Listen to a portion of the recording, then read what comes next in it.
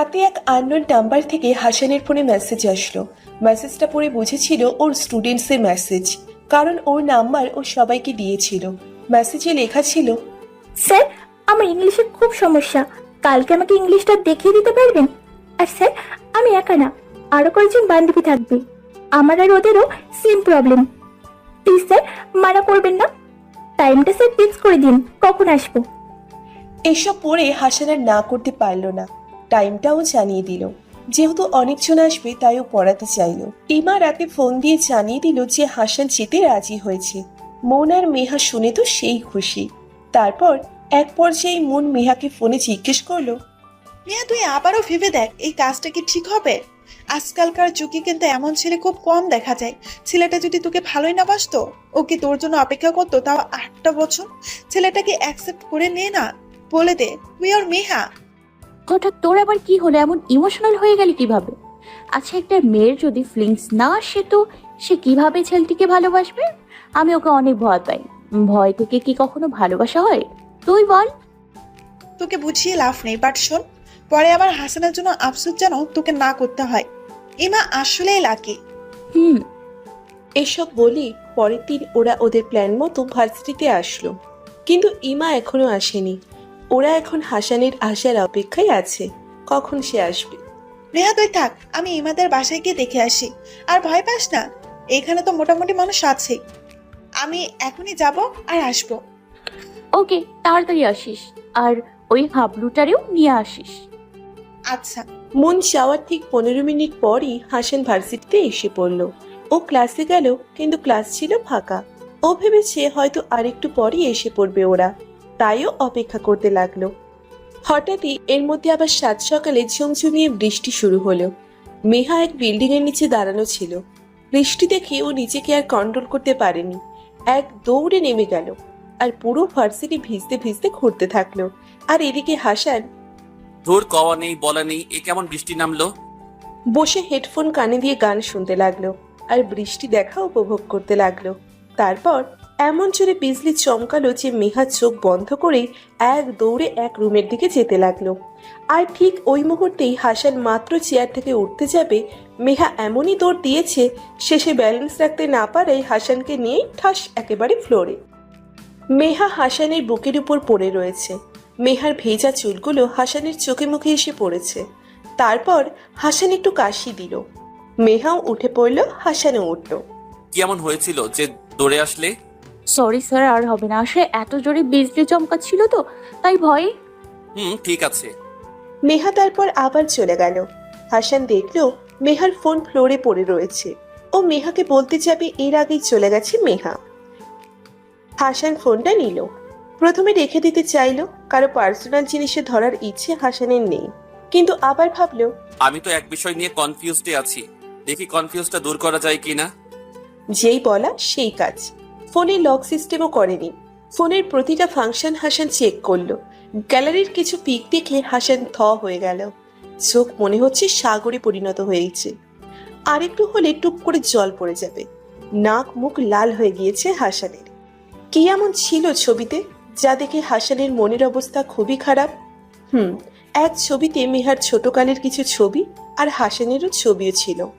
আরো কয়েকটা ছবি দেখে হাসান নিশ্চিত হয় যে অনিমাই ওর মেহা। এদিকে মেহা আচ্ছা, মুনকে ফোন দিয়ে দেখি তো, ওইও সেই যে গেল আর আসছে না কেন? উফ, ব্যাগে ফোন খুঁজতে খুঁজতে এসব বলছিলাম, ফোনটা কই গেল? আবার কেমন যে লাগতেছে। আগে ওই রুমটাই দেখে আসি তো ওইখানে আছে কিনা। রুমে এসে দেখলো হাসান জানালার দিকে মুখ করে অন্যদিকে ঘুরে রয়েছে। May I come in sir? Yes, come. Meha দেখলো ওর ফোন টেবিলের উপরই রয়েছে। স্যার, আমার ফোনটা আমি নিতে এসেছিলাম। বলতে না বলতেই দরজা ঠাস করে বন্ধ হয়ে গেল। বাতাসে বন্ধ হয়েছে আর হাসানও ওর দিকে শয়তানি হাসি দিয়ে মুখ করে তাকালো। মেহার তো ভয়ে অবস্থা খারাপ। একে তো দরজা ঠাস করে বন্ধ হয়ে গেছে, আবার উনিও এইভাবে তাকিয়ে আছে। মেহা, তুমি আর তোমার হাসানের ভয়ঙ্কর রূপটা দেখবেন আশা করি। এখন থেকে তোমায় আমি আমার ভালোবাসার বন্ধনে আবদ্ধ করে ফেলতে চাই। কি হলো, উনি এরকম আজব লুকিং নিয়ে তাকিয়ে আছে কেন? মেহা বলেই আস্তে আস্তে হাসান ওর দিকে আগাতে লাগলো। হাসানের মুখে ওর নাম শুনে ভয়ে হাসিমাখা মুখে অন্ধকার নেমে এলো। ও বিছাতে লাগলো, আর এদিকে বৃষ্টিও থামছে না। ইমারে বোঝাতে গিয়ে আমি মনে হয় ফেসে গেলাম। আল্লাহ বাঁচিয়ে আমারে। পেছাতে পেছাতে মেহা দেয়ালে এসে ঠেকলো। হাসান মেহার দুগালে হাত রেখে বলল, কি করেছিলে এত বছর আমার থেকে দূরে থাকতে? হুম দেখুন প্লিজ, আমাকে দিতে দিন। যাও, কি আটকে রেখেছে তোমাকে? মেহা ডান দিক দিয়ে যাবে, ডান দিকে আবার হাসান গিয়ে দাঁড়ালো। বাম দিক দিয়ে যাবে, বাম দিকেও হাসান গিয়ে দাঁড়ালো।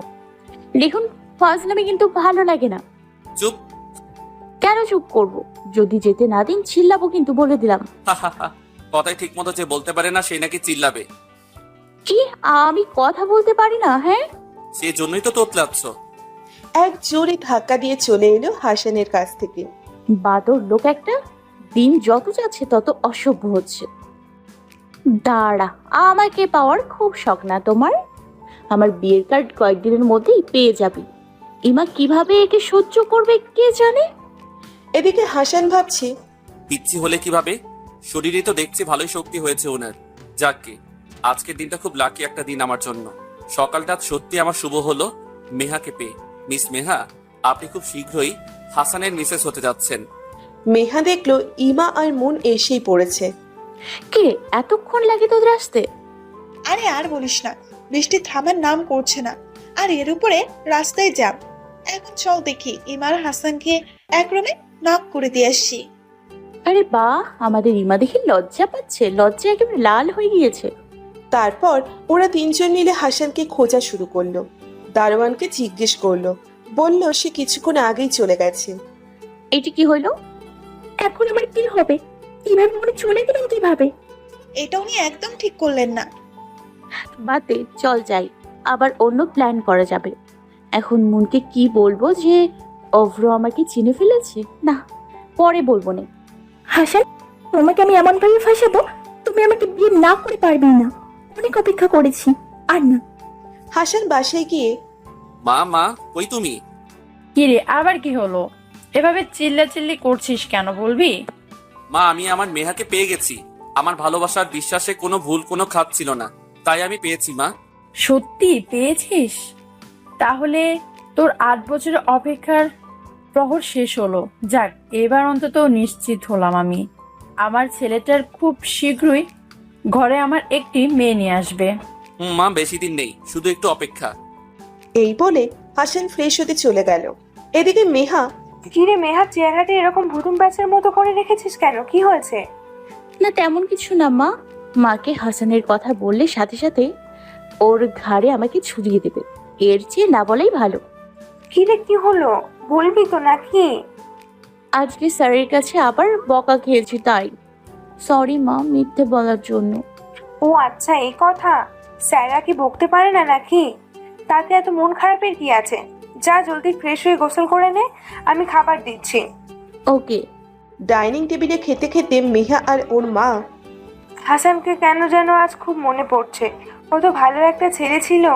কথাটা শোনার সাথে সাথেই মেহার মুখের পানি ফুরুত করে সব বের হয়ে গেল। কি রে, এসবের মানে কি? হঠাৎ হাসানের নাম নিলে তাই আর। হাসানের সাথে যদি দেখা হতো তাহলে তোদের বিয়ের সাথে এতদিন দিয়ে দিতাম। তুমি সে আশা নিয়ে বসে থাকো। রাতে হাসান ভাবছে, আজ আমি এতটাই খুশি নিজের ঘুমকে খুঁজে পাচ্ছি না। আচ্ছা, মেহার ফেসবুক আইডিটার নাম যেন কি বলেছিল? হ্যাঁ, মনে পড়েছে, নীলাঞ্জনা নীলা। তাড়াতাড়ি সার্চ দিলাম, পেয়েও গেলাম।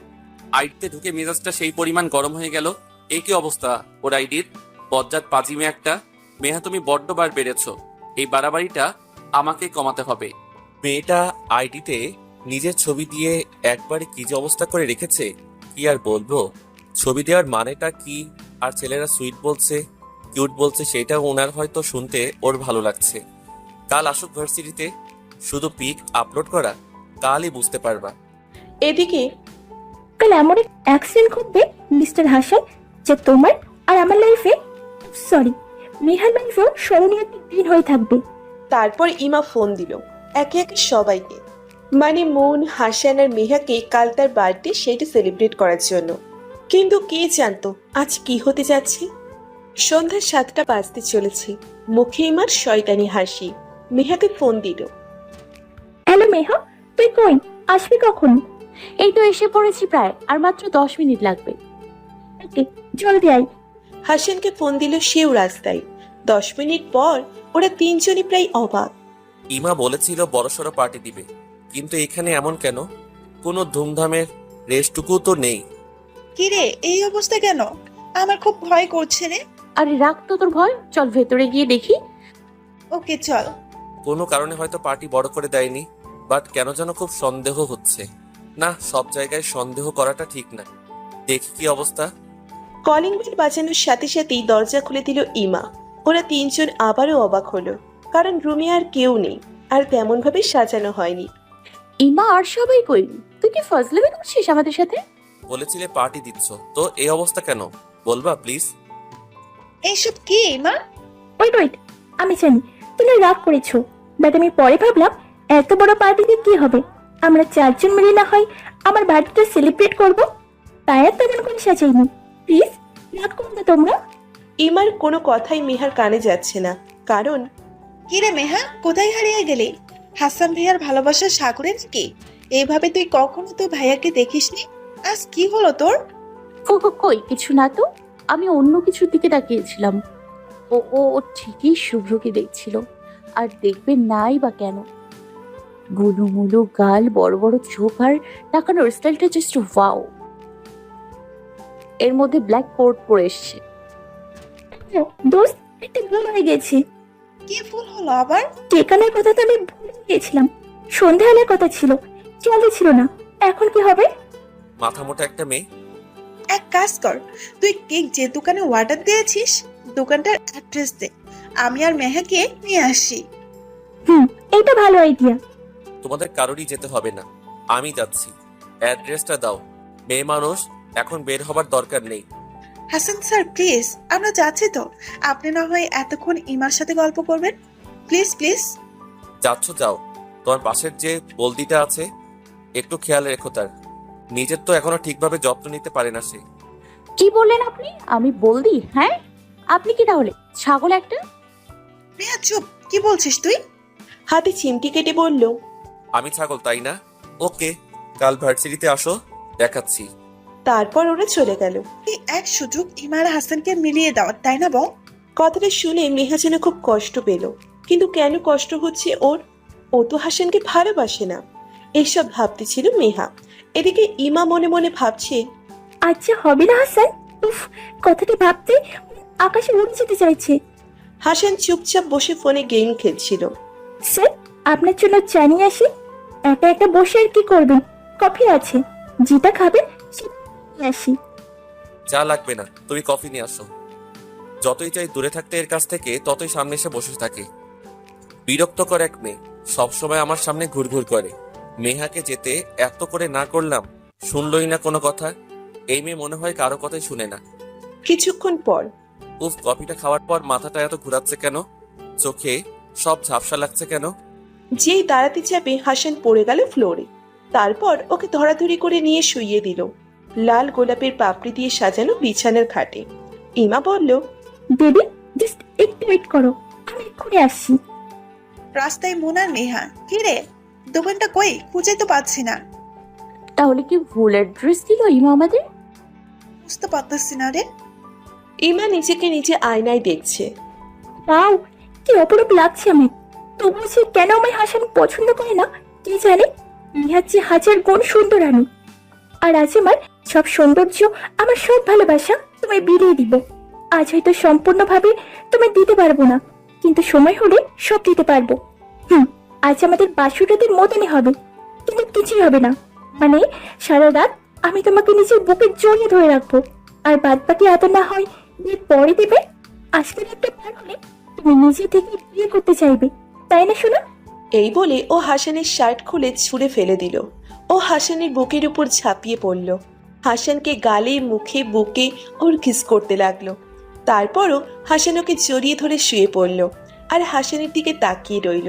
এদিকে অ্যাটলিস্ট কেকের দোকানটা পেলাম, আমি আগে জানলে আসতামই না। কিন্তু প্রশ্ন একটাই মনে যাচ্ছে, কি প্রশ্ন? ওর বাসার পাশে এত দোকান থাকতে এত দূরের দোকানে কেন অর্ডার করলো? ব্যাপারটা সুবিধার মনে হচ্ছে না। আমাদের আর 1 মিনিট না দাঁড়িয়ে থেকে তাড়াতাড়ি যাওয়া উচিত। ইমাকে নিয়ে একটু ভরসা করা যায় না। আচ্ছা, ইমাকে একা পেয়ে যদি হাসান ওর সাথে কিছু করে ফেলে? না না, ও এরকম না। ও এসব ভুলেও করবে না। আমি যতটুকু চিনি ও এরকম ছেলে না। বাসায় গিয়ে কলিং বেল বাজাতেও হলো না। ওরা দেখলো বাসার গেট খোলাই। ওরা ইমা আর হাসানকে খুঁজতে লাগলো। আমি যা ভাবছি তাই যদি সত্যি হয়ে যায়, না, এত নেগেটিভ নেওয়া ঠিক না। B positive. মেহা আর মন যা দেখলো তা দেখার জন্য ওরা মোটেও প্রস্তুত ছিল না, কারণ হাসানের বুকে ইমা শুয়েছিল, আর এমনভাবে শুয়েছিল দেখে মনে হচ্ছিল ওদের কিছু হয়েছিল এতক্ষণে। মেহা ইমাকে মনোযোগ দিয়ে দেখছে। চুলগুলো এলোমেলো হয়ে রয়েছে, ঠোঁটের লিপস্টিকগুলো মুখের চারপাশে লেপ্টে রয়েছে, শাড়ির আঁচল পড়ে রয়েছে একপাশে। হাসানের শার্ট, ইমার গহনাগুলো এদিক ওদিক ছড়িয়ে রয়েছে, আবার ইমার চুলগুলো ভেজা। মনে আমি এসব কি দেখছি? হাসান এমন, ওরা আমায় ভালোবাসে? এই হলো ওর ভালোবাসার রূপ? আমিও সেটাই ভাবছি, আমার কিছু বলার নেই। আসলে ইমা এসব ইচ্ছে করেই করেছে, কিছুই হয়নি ওর সাথে, যাতে মেহার যেন কখনোই হাসানের প্রতি কোনো ফিলিংস না আসে। অবশ্য এর আগেও 8টা বছর ইমার শয়তানি বুদ্ধির কারণে হাসান আর মেহা দূরে ছিল, আর আজও ইমার সেই একই চেষ্টা, হাসানকে আর মেহাকে আলাদা করে রাখা। হয়তো আজও সাকসেস হয়ে যাবে ইমা। ইমার চোখ পড়ল এতক্ষণে ওদের উপর। ও, তুই এসে গেছিস? হ্যাঁ রিজা, আমি আসছি। আর আমি তোদের সব বলছি, ভুল বুঝিস না আবার। মেহা আর মন বাইরে অপেক্ষা করতে লাগলো। ইমা আবার সিম্পল পোশাকে এসে বসলো ওদের সামনে। কিরে মেহা, তোর চোখে পানি? কি হয়েছে রে? ইমা বুঝতে পেরেছে কেন ওর চোখে পানি, তাও ইচ্ছে করেই জিজ্ঞেস করলো। না কিছু না, তোদের এমন ভালোবাসা দেখেই হয়তো চোখে জল এসে পড়েছে। মন বুঝতে পারলো মেহা অনেক বড় এক ধাক্কা পেয়েছে, যা আশা করেনি। আসলে হাসান, ধ্যাৎ, খুব লজ্জা লাগছে রে বলতে। কিভাবে বলি বল? জাস্ট এতটুকু বলি, ও যে আমাকে এতটা ভালোবাসে, আজকের দিন যদি না আসতো বুঝতে পারতাম না। হাসান আর কি তোর সাথে টাইম পাস করতে চেয়েছিল, তাই তো তোর কাছে ঘোর ঘোর করেছে। তুই প্লিজ মেহা, কিছু মনে করিস না। আর ওইদিকে হাসানের অবস্থা। উফ, মাথাটা পুরো চিনচিন ধরে গেছে। উফ, এমন লাগছে কেন? হঠাৎ ও খেয়াল করলো পুরো ঘরে খাঁটি গোলাপ ফুলের পাপড়ি ছিটানো, আর ওর শরীরে শার্ট নেই। ওর আর বুঝতে বাকি রইল না যে এইটা ইমার কাজ। ও ইমাকে খুঁজতে রুম থেকে বের হতেই মেহা, মন আর ইমার কথাগুলো শুনলো। কিভাবে হাসান ওকে প্রপোজ করেছে, কিভাবে আদর করেছে, এসব বলছিল। আর হাসানের তো রাগই পুরো লাল হয়ে গেছে, চোখ দুটো তো ভয়ানক লাল। ওর রাগ আরো উঠলো যখন দেখলো ইমার কথাগুলো শুনে মেহার চোখগুলোতে পানি এসে একেবারে টলমলো করছে। আমার মেহার চোখের পানি পড়ার প্রতিটা ফোঁটার দাম তোকে দিতে হবে ইমা। এত বড় এক মিথ্যা কথা তুই না বললেও পারতি। আজ তোর সামনে মেহাকে বিয়ে করব আমি বিয়ে করব মেহা শুধু হাসানের। এরপর তোর ব্যবস্থা করব। কি রে ইমা, ভালোই তো গল্প বলতে পারিস। হাসানের ভয়েস হঠাৎ শুনে ইমার গলা শুকিয়ে গেল, কারণ ও কফির সাথে যে মেডিসিন দিয়েছিল তাতেও ভেবেছিল যে কাল সকাল না হওয়া পর্যন্ত ওর সেন্স ফিরবে না, কিন্তু এ কি হলো? মন, চল চলে যাই, ওদের ডিস্টার্ব না করাই ভালো। আর এখানে এখন ড্রামাও শুরু হয়ে যেতে পারে, সেটা দেখার ইচ্ছা আমার একদমই নেই। মেহা লিসেন, ভুল বোঝার চেষ্টা করবে না একদম। আর এইভাবে কোনো ড্রামাও হবে না। মিথ্যে কথাটা যেহেতু ও বলছে, সত্যিটাও ওই বলবে। কিরে, আমাকে এইভাবে তোরা ফেলে রেখে চলে যাবি? ওদের জন্যই তো এমন করলাম হাসানের সাথে। আর তোরাই আমাকে কি পতিতা পেয়েছিস যে? আর কিছু বলার আগে ঠাস করে চর পড়ল ইমার গালে, আর চরটা হাসান দিল। হাসান, তুমি আমাকে মারলে? বিশেষ করে আমি কিছু করতে চাইনি, এমন এসব করতে বলেছিল। মন আর মেহা অবাকভাবে তাকিয়ে রয়েছে ইমার দিকে। মানুষ কতটা খারাপ কিভাবে হতে পারে? মেহা, ইমা যে ইমা ছিল সেই ইমাই ছিল, লুচ্চামি করলো ও, আর দোষ দিল আমাদের। নেহা, তুই কিছু তো বল। আমি তো একাই করেছি, তুই তো সঙ্গ নিয়েছিস, তুই তো বলেছিস। তুই আর নিজেকে কত নিচে নামাবি? আর সাহস কত তোর? তুই মেহা আর মনের উপর দোষ চাপাচ্ছিস। মেহা যদি এই কাজ করতই, তুই কেন ওকে গল্প শোনাচ্ছিলি? গল্প বলার সময় একবারও ওর চোখের দিকে তাকিয়েছিস তুই? দুনিয়াতে সবাইকে বিশ্বাস করব, কিন্তু তোর মতো মা বিশ্বাসকে না। তুই তো সেও করার যোগ্য না। এখনো হাসানের চোখে সেই রাগ। যেই রাগ মেহা বহু বছর আগে দেখেছিল। এক ছেলে মেহাকে ডিস্টার্ব করত। একদিন তো হাতই ধরে ফেলেছিল। সেইটা হাসান জানার পর হাসানের যে ভয়ঙ্কর এক রূপ আছে সেদিন না দেখলে হয়তো ও জানতোই না। কিন্তু পরে জানা যায় ছেলেটি কয়েকদিন খুব জ্বরে ভোগে। আজ আবার সেই রাগ হাসানের চোখে। আর যদি হাসানের মুখের উপর কথা বলি 100% শিওর ও আজ আমাকে উপরে পাঠিয়ে ছাড়বে। বোন, আল্লাহ আল্লাহ কর, আফরোজ যেন রাগের মাথায় কিছু না কইরা বসে।